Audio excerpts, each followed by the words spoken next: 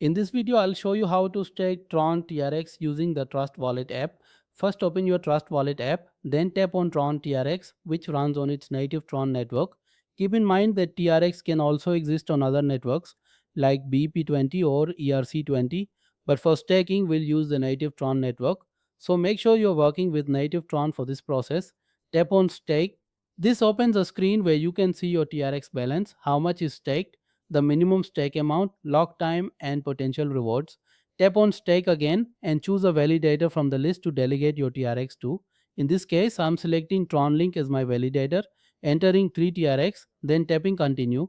A contract confirmation will appear with zero fee. Tap Confirm to proceed.